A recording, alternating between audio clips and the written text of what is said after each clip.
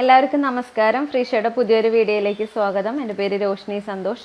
ഇന്ന് ഞാനൊരു ടെർമിനോളജിയാണ് നിങ്ങൾക്ക് പരിചയപ്പെടുത്തുന്നത്. നിങ്ങൾ ആയുഷ് ട്രീറ്റ്മെൻറ്റ് എന്ന് കേട്ടിട്ടുണ്ടാവും.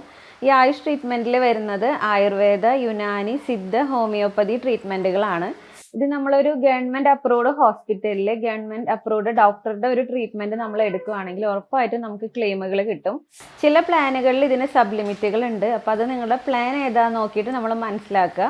പക്ഷേ ഇത്തരം ട്രീറ്റ്മെൻറ്റുകൾക്കും കവറേജ് കിട്ടും എന്നുള്ളത് പല ആളുകൾക്കും അറിയാതെ ക്ലെയിം ചെയ്യാതെ പോകുന്ന സിറ്റുവേഷൻസ് നമ്മൾ കാണാറുണ്ട്.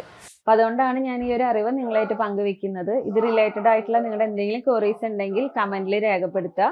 മിക്കവാറും ഹോസ്പിറ്റലുകളിലെ ഇൻഷുറൻസ് ഡെസ്ക്, ഈ ആയുർവേദ ഹോസ്പിറ്റലുകളിൽ ഇൻഷുറൻസ് ഡെസ്ക് ഇല്ലാത്തത് കൊണ്ട് റീഇംബേഴ്സ്മെൻ്റ് ആയിട്ടാണ് കൂടുതലും ഇത്തരത്തിലുള്ള ട്രീറ്റ്മെൻറ്റുകൾ നമ്മൾ ക്ലെയിം കൊടുക്കാറ്.